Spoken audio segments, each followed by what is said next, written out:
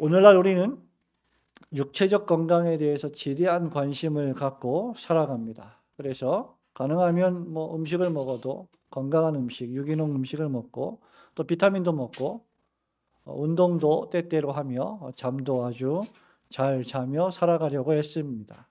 하지만 여러분, 육체적 건강이 중요하지만 바울은 우리가 읽은 이 본문의 말씀에서 더욱 중요한 영혼의 건강에 대해서 말하고 있습니다. 육체의 건강은 질병에 의해서 무너지기도 하지만 만약에 영적 건강이 무너지면 그것은 육체적 건강과 영적 건강 모두가 무너지는 일이기 때문에 더욱 심각한 문제가 되는 것입니다. 또한 바울은 예수 그리스도의 좋은 일꾼이 되려면 육체도 튼튼해야 하겠지만 그것보다는 훨씬 더 영혼이 건강해야 한다. 영적으로 튼튼해야 한다. 그리고 이런 영적 건강을 위해서 신자들은 훈련을 받아야 한다라고 권면하고 있습니다. 여러분이 나오는 수요 예배, 주일 공예배, 성경 공부 모든 것들이 영적 건강을 위한 훈련이라고 할 수 있을 겁니다. 왜 이렇게 훈련을 받아야 할까요? 영적으로 여러분이 건강하지 못하면 특히 지도자들이 또 직분자들이 영적으로 지적으로 신앙적으로 성경적으로 건강하지 못하면 교회 내에 침투해 들어오는 거짓된 사상, 거짓 교사들의 가르침을 올바르게 분별할 수 없고 그것을 물리칠 수 없기 때문입니다. 지난주 본문에서 바울은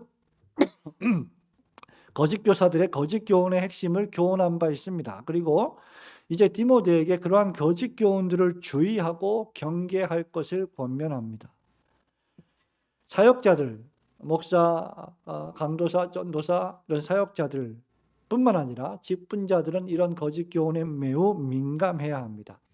이것으로 형제들을 깨우쳐야 하고 이런 방식으로 그리스도 예수의 선한 일꾼들을 세워갈 수 있기 때문입니다.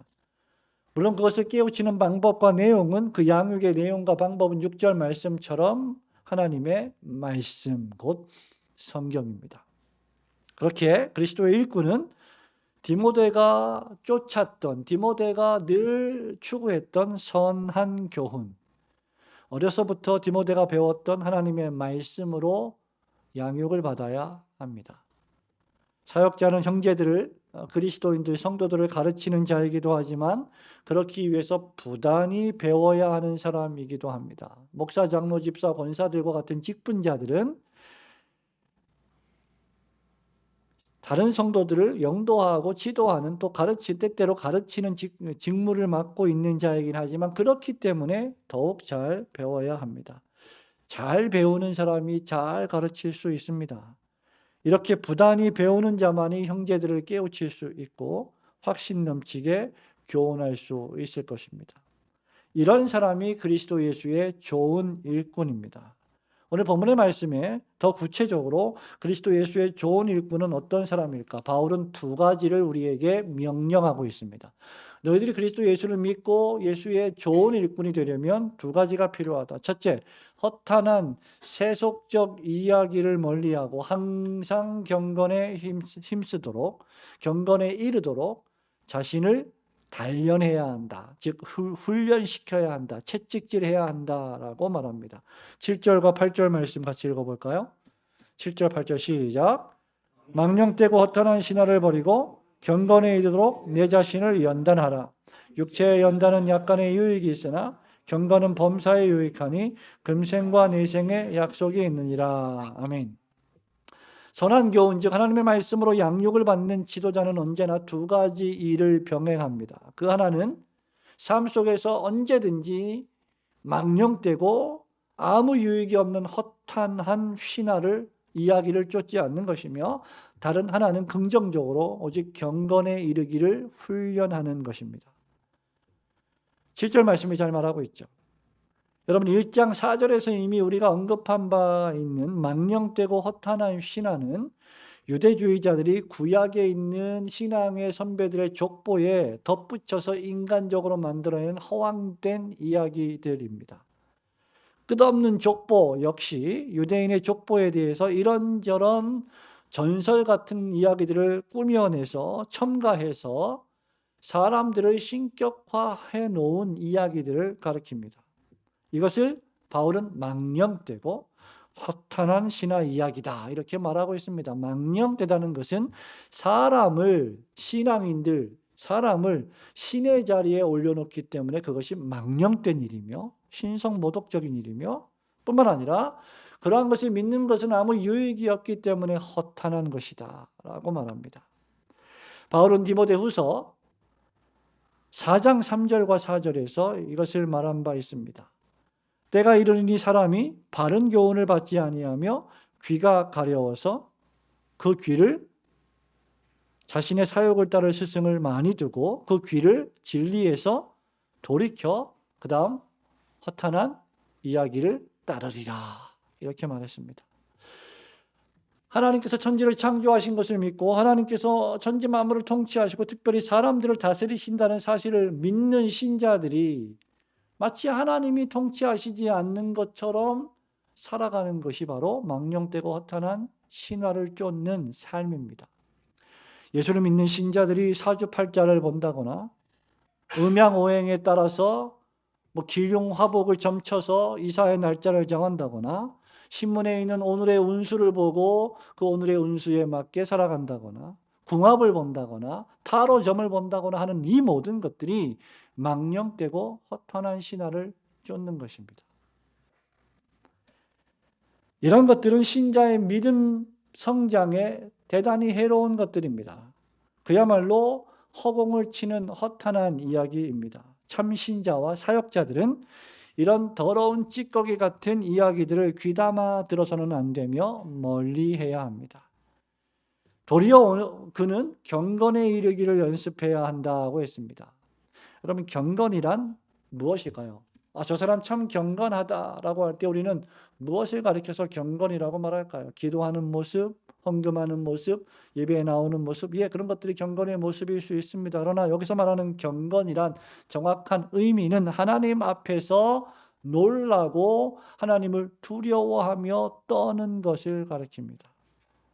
교만하지 않게 겸손하게 하나님 앞에 벌벌 두려워 떠는 것. 경건한 자는 하나님을 두려워할 줄 아는 자입니다. 그래서 신자는 경건을 연습해야 합니다. 하나님을 두려워하는 것과 섬기는 것 역시 연습과 훈련이 필요합니다. 우리가 하나님을 섬기고 예배할 때도 우리 마음대로 해서는 안 됩니다. 하나님은 우리 마음대로 너희가 하나님을 예배하라 말씀하지 않았고 어떻게 예배할지 어떻게 하나님을 섬길지를 그 규칙을 주셨는데 그것이 바로 구약과 신약의 성경이요. 그것들을 잘 해석해 놓은 책들이 신앙고백서와 교리 문답서들입니다. 성경 여러 곳에서 하나님의 백성들에게 경건에 이르기를 연습하라고 명령하고 있습니다. 참된 신자는 어떻게 경건에 이를 수 있을까요? 어떻게 하나님을 두려워하고 하나님 앞에 놀라고 떨 수 있을까요? 어떤 방법으로 그렇게 할 수 있을까요? 기도와 어려운 사람들을 돕는 구제를 통해서 경건에 이를 수 있습니다. 그리고 말씀에 순종함으로 들은 말씀을 삶에서 실천함으로 경건에 이를 수 있습니다. 그리고 그렇게 살아갈 때 당하는 세상에서의 고난, 사단 마귀가 공격하고 불신자들이 공격하고 세상의 악한 사상들이 우리를 공격해 올 때 그것을 감수해내는 것, 참아내는 것, 이런 것들을 통해서 경건에 이를 수 있습니다. 신자는 신앙의 기능이 이런 방식으로 완전히 습득될 때까지 훈련과 연습을 계속 해야 합니다. 여러분, 우리가 하나님 예배 드릴 때 주일날 매주 예배 드리잖아요. 한 번만 예배 드려도 되는데 주일 2번 예배 드리고 한 주일만 예배해도 되는데 매주일 예배 드리고 52주일 예배 드리고 수요일마다 예배를 합니다. 왜 그럴까요? 왜 그럴까요? 우리가 하나님을 예배해야 한다는 명령의 말씀이기도 하지만 우리에게 예배가 훈련이 돼야 되기 때문입니다. 8절에 보면 바울은 참신자와 지도자가 경건을 연습해야 할 이유를 밝히고 있습니다. 그 이유는 뭐라고 말했습니까? 육체의 연습은 약간의 유익이 있으나 경건은 범사에 유익하다. 여러분, 육체 연습 보세요. 헬스클럽에서 여러분 육체를 단련하는 친구들, 젊은 친구들이 있죠. 근육을 만들고 몸을 만들고 보기에 아주 아주 좋은 몸을 만드는 사람들, 그 육체의 몸을 좋게 보이는 것에 유익합니다. 건강하죠. 그러나 그것은 육체의 건강을 유익하게 만드는 일에만 소용되는 훈련입니다. 그런데 경건은 범사에 유익하다. 육신의 일뿐만 아니라 영혼의 일, 금생, 현재 살아가고 있는 이 세상에서의 삶뿐만 아니라 다가올 하나님의 나라 내세에서의 삶에서도 유익하다. 육체의 연습에만 힘을 쓰는 사람은 결코 이 세상에서 건강하게 살아갈 수 있을지 몰라도 하나님의 나라에 도달할 수는 없다는 것을 의미하는 겁니다. 여러분, 육체의 연습이라는 것은요, 운동이나 경기를 통해서 여러분의 몸을, 여러분의 신체를 연단시키고 단련시키는 것을 가리킵니다. 이것을 잘 해낼 때는 경기에서 승리할 수도 있고, 올림픽 경기나 여러 경기에서 이길 수도 있고, 메달을 딸 수도 있겠죠. 그래서 유익합니다. 유익이 있다. 약간의 유익이 있다라고 말합니다. 그런데 이 약간의 유익이란 적은 유익, 한시적인 유익, 유한한 유익의 뜻입니다. 그런데 경건의 연습은 범사에 유익하고 모든 일에 있어서 유익하고 금생과 내생, 지금 이 세상과 다가오는 세상에서까지 유익한 약속 있는 연단이다라고 바울은 말합니다. 그러므로 여러분, 경건의 연습, 경건의 훈련, 즉 하나님을 범사에 하나님 앞에서 두려워 떨며 놀라고 하나님을 경외하는 이 훈련은 단순히 육체적으로 건강하고 부유하게 잘 사는 정도의 유익이 아니죠. 그것은 하나님으로 만족하는 생활이요. 시편 23편 1절의 말씀처럼 여호와 하나님을 내 인생의 목자로 여기는 만족스러운 생활을 가리킵니다. 그런 삶은 이 세상과 다가오는 세상에서까지의 영원한 생명이 약속되어 있는 언약적 삶을 따르는 것입니다.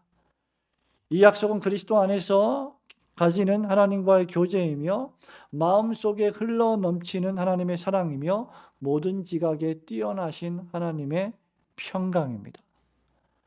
즉 하나님은 경건의 연습을 하는 사람들에게 이러한 것들을 복으로 약속해 주셨다는 겁니다. 경건을 훈련하는 사람들에게 하나님은 그리스도와 함께 하나님과 함께 교제하고 사랑을 나누는 복을 주셨고, 마음속에 구원을 받은 놀라운 그 결과 평강을 누리는, 모든 일에 평강함을 누리는 복을 주셨다는 겁니다. 그래서 경건의 연습은 육체만이 아니라 영적으로 전인격적으로 유익하게 된다는 겁니다. 그래서 이러한 복은 여러분 9절 말씀에 모든 사람들이 받을 만한 복음의 말씀이라고 했습니다. 모든 사람들에게 유익하다. 그런데 이 말씀은 모든 사람이 다 이 말씀을 듣고 구원을 얻는다는 것을 의미하지 않습니다. 만인 구원론, 보편 구원론, 지구상에 있는 모든 사람들이 전부 다 구원을 받을 것이다 라는 말이 아닙니다. 복음 전파는 모든 사람들, 모든 인류들에게 선포되어야 하고 전파되어야 하지만, 복음에 반응해서 회개하고 예수님을 영접하면 구원을 얻겠지만 복음에 반응하지 않고 회개하지 않고 예수님을 거절하는 자들에게는 그들의 죄 때문에 구원을 얻지 못하고 도리어 멸망을 당하게 될 것입니다. 그래서 경건의 연습은 매우 중대하다. 육체의 연습은 다소 유익하나 경건의 연습은 항상 유익합니다. 육체의 연습은 이 땅에서의 지상적인 유익을 주지만 경건의 연습은 천상의 행복을 가져다 주기 때문입니다. 중요한 것은 이 말씀은 신자나 불신자나 모든 사람들이 믿기만 하면, 죄를 회개하고 믿기만 하면 받을 수 있는, 예외 없이 받을 수 있는 신뢰할 만한 하나님의 말씀이 된다는 것입니다. 그래서 우리가 이렇게 경건의 연습을 위해 수고하고 진력하는 이유가 무엇입니까? 바로 우리 소망을 살아계신 하나님께 두기 때문입니다. 하나님은 모든 사람, 특히 믿는 자들의 구주가 되신다고 했습니다. 참 신자가 범사에 유익한 경건을 연습하고 수고하는 이유는 적어도 우리의 구주가 되시는 하나님께 이 지상에서의 육체적 생명과 영적인 생명의 모든 우리의 삶을 그 하나님께만 소망을 두고 있기 때문입니다. 그러므로 디모데는 이것들을 명하고 가르쳐야 합니다. 성도 여러분, 여러분의 육체만 연습하는 것은 지상에서의 삶으로 끝이 납니다. 그러나 경건은 범사에 유익합니다. 하나님을 두려워하십시오. 하나님 앞에 놀라십시오. 하나님을 경외하며 섬기십시오. 망령되고 허탄한 신화를 버리십시오. 참 교사는 두 가지를 해야 합니다. 부정적으로는 자신도 버릴 뿐만 아니라 다른 사람들에게도 망령되고 허탄한 신화를 버리게 해야 하며, 긍정적으로는 자신도 경건에 힘쓰며 하나님을 두려워해야 할 뿐만 아니라 자신이 가르치고 있는 성도들에게도 하나님을 두려워하게 해야 합니다. 여러분 인생을 살아가면서 아무 쓸데없는 허탄한 신화를 버리고 말씀과 기도의 경건 훈련에 힘쓰시는 성도들이 되시기를 주님의 이름으로 축원합니다. 두 번째로, 어떤 사람이 예수 그리스도의 좋은 일꾼일까요? 여러분, 여러분의 나이에 상관없이 모든 믿는 사람들에게 믿음의 본이 되어야 그리스도 예수의 좋은 일꾼이 될 수 있다는 것입니다. 여러분 12절 말씀만 읽어볼까요? 12절 시작. 누구든지 내 연소함을 업신여기지 못하게 하고 오직 말과 행실과 사랑과 믿음과 정절에 있어서 믿는 자에게 본이 되어 내가 이룰 때까지 읽는 것과 권하는 것과 가르치는 것에 전념하라. 15절에도 이 모든 일에 전심 전력하라. 16절에도 내가 내 자신과 가르침을 살피라. 이 일을 계속하라. 이렇게 명령하고 있습니다. 이제 바울은 사장 마지막에서 디모데에게 개인적인 권면을 주고 있습니다. 우선 12절에서 디모데는 연소함을 업신여김을 당하지 않아야 합니다. 연소함이란 나이가 어리고 때때로 유치한 것을 의미합니다. 우리가 이미 살펴본 바가 있습니다만 디모데전서 3장에서 감독의 자격, 집사의 자격 가운데, 특히 감독의 자격 가운데 하나가 뭐였습니까, 여러분? 교회에 등록하고 입교한 지 얼마 되지 않는 새로 입교한 자는 안 된다는 것이었습니다. 그죠? 연소한 자는 목회 경력이 짧고 신앙의 경험이 부족하고 일관성이 없으며 실수하기 쉬운 나이입니다. 바울이 이런 권면을 디모데에게 준 것은 여러분 에베소 교회 성도들이나 장로들이 거의 대부분 다 디모데보다 상당히 연상이었기 때문입니다. 그런 교회에서 목회하는 것은 대단히 어려운 일이었을 것입니다. 더욱이 디모데는 그 성격상 매우 부드러운 사람이었고 싫은 소리를 잘 하기 어려운 사람이었습니다. 그래서 바울이 디모데에게 이 편지를 쓸 때에도 네가 복음을 부끄러워하지 말라라고 말할 정도였습니다. 그러므로 디모데는 그러한 연소함에 대한 업신여김을 당하지 않기 위해 부단히 노력해야만 했던 것이죠.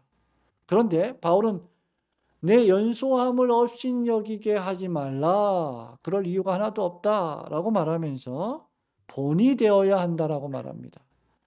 특별히 다섯 가지에 대해서 본이 되어야 한다. 말과 행실과 사랑과 믿음과 정절에 대하여 본이 될 것을 명령하고 있습니다. 말과 행실은 무엇입니까, 여러분? 언행이지요. 언행의 일치를 의미합니다. 사역자가, 특히 설교자가, 직분자들이 언행이 일치되지 않는다면 성도들을 영도하기 어려울 것입니다.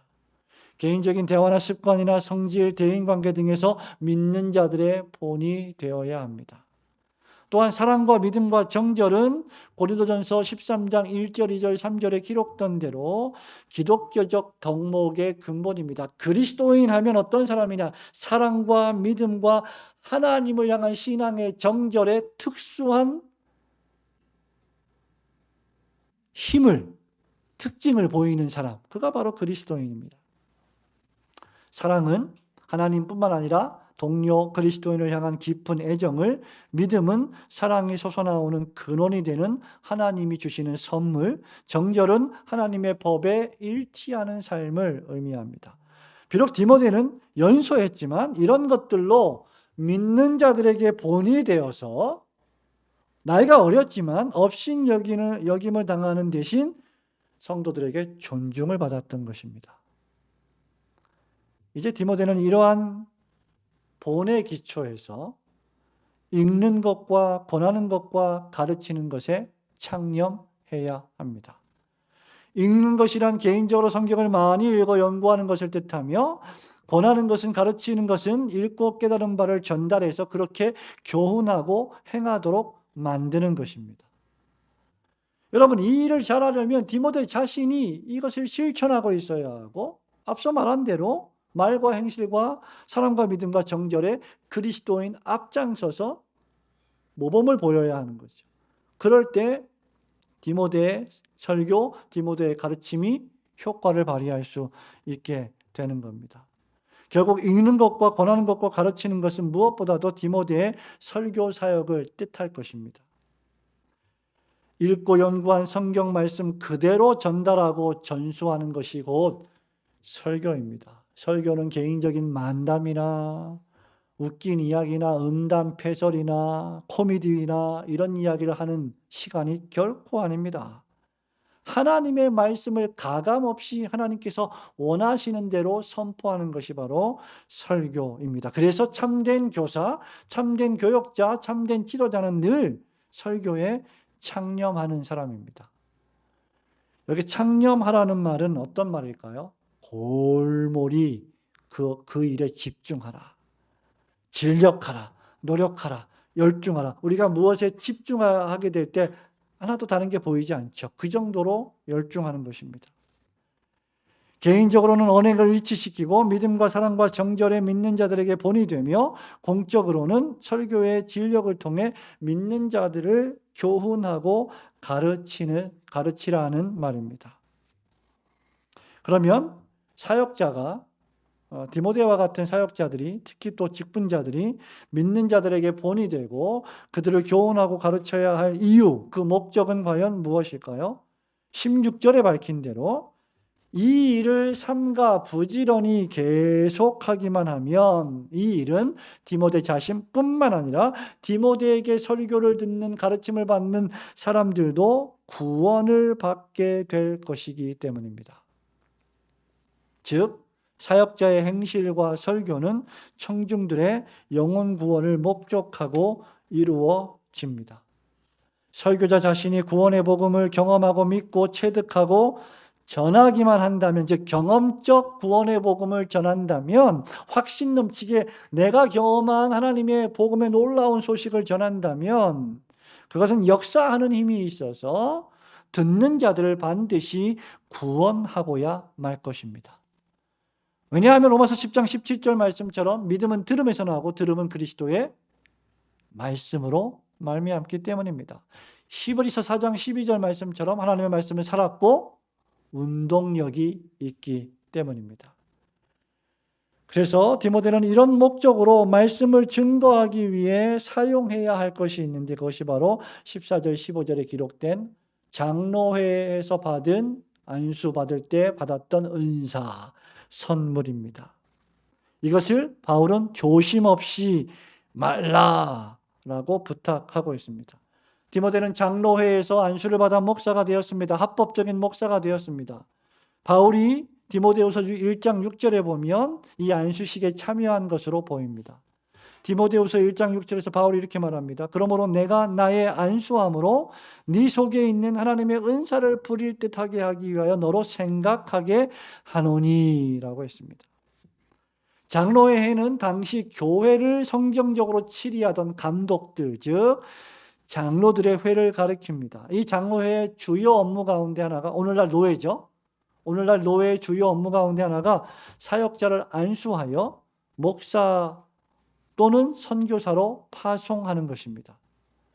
이 안수는 성령께서 안수를 받는 자에게 은사를 주시는 하나의 방편이요 수단입니다.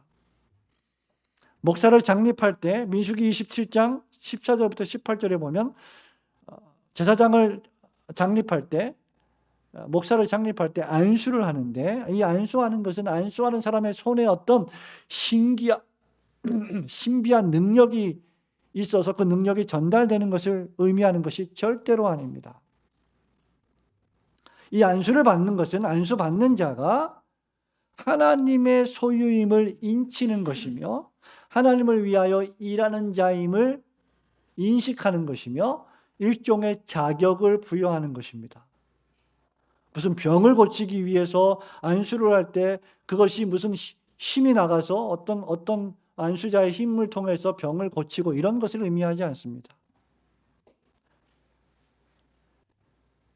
이런 사역을 감당할 수 있게 만드는 성령님께서 부어주시는 은혜를 가리킵니다. 여기 또 예언이라고 하는 것은 안수할 때 바울이 선포한 기도의 말씀들을 가리킵니다. 그러므로 여러분, 장로에 의해서 안수받으며 기도받을 때 받은 것은 성령께서 디모데에게 자격을 부여하셔서 하나님의 택한 백성들에게 복음을 전하라, 하나님 말씀을 전하라, 설교하라 하셨던 그것을 잘하게 해주는 자격과 은사를 확인하는 방식이 바로 안수입니다. 그러므로 디모데는 이 안수식 때 받은 이 은사를 확신 넘치게 조심 없이 말아야 합니다. 열심히 사용해야 한다 그 말이죠. 하나님과 교회를 위하여 성심성의껏 봉사하고 섬기는데 열심히 사용하라는 말입니다. 이것은 장로, 집사, 권사와 같은 직분자들에게도 동일하게 적용되는 것입니다. 장로와 집사를 임직할 때도 안수하죠. 그 안수할 때도 담임 목사나 다른 목사들이 어깨에 머리에 손을 얹을 때 어떤 능력이 전달되는 것이 아니라 이 구제와 봉사와 섬김의 일을 할 자격을 부여한다는 것을 의미합니다. 그러므로 여러분의 나이에 관계없이 여러분이 장로회에서 안수를 받았다면, 직분자로 또 임직을 받았다면 모든 믿는 사람들에게 본이 되고 하나님의 구원의 복음을 전하는 일에 충성하시는 직분자들, 또 성도들이 되시기를 주님의 이름으로 축원합니다. 성도 여러분, 말씀을 맺습니다. 디모데는 결국 이 모든 일에 전심전력하여 자신의 진보를 모든 사람에게 알려야 하는 존재입니다. 이 모든 일이란 이제까지 바울이 디모데전서를 통해서 1장, 2장, 3장, 4장에 언급한 모든 것을 가리킵니다. 거짓 교사를 분별하고 강력하게 책망하는 일, 교회를 성경적으로 정치하고 치리하는 일, 망령되고 허탄한 신화와 끝없는 족보 이야기에 빠져 있는 교인들을 다스리고 바르게 양육하는 일, 자격 있는 교회의 직분자들을 임명해서 교회가 질서 있게 돌아가게 하는 일, 복음의 비밀로 양육받아야 할 일, 믿는 자들에게 본이 되어야 할 일, 읽고 권하고 가르쳐야 할 일, 이 모든 일들에 사역자들과 직분자들 또 성도들 역시 전심전력해야 한다는 말입니다. 그러므로 참된 사역자는 전심전력해야 합니다. 전심전력이란 힘과 마음과 뜻과 목숨을 다하여 애쓰는 것을 가리킵니다. 대충 하는 것이 아니고, 눈 가리고 아웅하는 것이 아니고, 하나님이 맡기신 사역에 목숨을 거는 것, 그것이 바로 전심전력의 의미입니다. 그렇게 될 때 자신의 신앙이 진보를 이루게 되고 한 단계 성장하게 됩니다.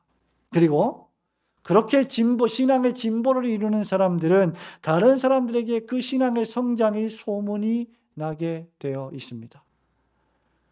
그렇게 자신의 신앙의 성장이 나타나게 될 때, 그리고 계속해서 교만하지 않고 자기 자신에게 말씀을 가르치고 적용하고, 그리고 다른 사람들에게도 가르침을 계속할 때, 이 사람은 자신뿐만 아니라 자신에게서 듣는 자들도 구원을 얻게 할 것입니다.